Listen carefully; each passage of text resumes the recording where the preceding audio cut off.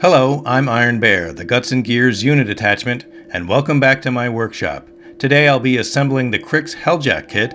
This plastic kit can create 3 Helljacks, the Slayer, the Reaper, and the newest Helljack, the Corruptor. Today I'll be focusing on the Corruptor. I think what makes the Corruptor stand out are the weapon abilities. It has a sludge cannon for ranged attacks and the necrojector melee weapon. Both of these weapons can choose one of 3 special abilities. The Burster allows you to place a 3-inch AoE of POW 10 corrosion on a living model you destroy. Distillation allows your Warcaster to heal D3 damage when you kill a living model. And finally, Psycho Venom allows a living model that you kill to become an arc node for you for the rest of that turn. Like the rest of the new plastic models, these come in plastic pillow cases. This was a slight problem for the spiky Slayer hands. The spikes had poked through the plastic and made them tough to remove. I was a little concerned about bending or breaking them off.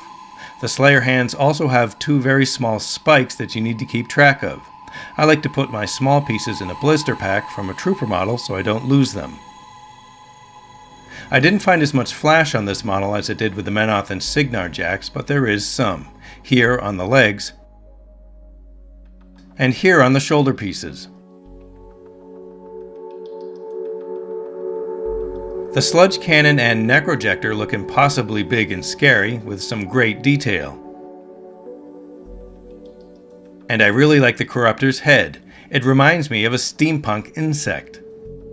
As with the other plastic kits, the legs have fitted pieces for the torso, so you can't put the wrong leg into the hole. This makes it harder for customizing, but I'm sure enterprising modelers will find a workaround. I found that one of the shoulder pieces fit well, but the other shoulder piece didn't. There were gaps, and that didn't look right. I took a small pin vise drill and made a pilot hole in the shoulder, right in the middle of the dimple. Then I used a Dremel to bore out the dimple so it would fit. You could probably also just cut off the bump and fit it by eye. Next I put on the head, because I didn't want the arms to get in my way. The sludge cannon on my model was bent, probably just from being in the packaging, so I decided to dip it in some boiling water to soften it up and bend it back. I don't have footage of this. It would have been too hard to get my camera set up in my kitchen. I used its surgical clamp to hold the very tip of the gun in the water. Don't use your fingers.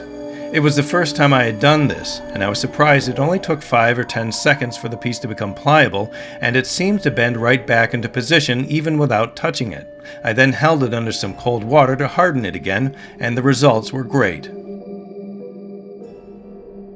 Putting on the arms was easy. It just took a few adjustments to make sure they were in a position I liked. You will have to be careful how you transport this model because the arms are a bit spindly.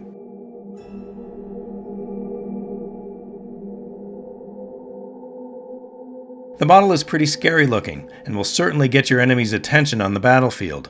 No one wants their favorite solo to become an arc node for the enemy. I hope this video was informative. For GutsNGears, I'm Iron Bear.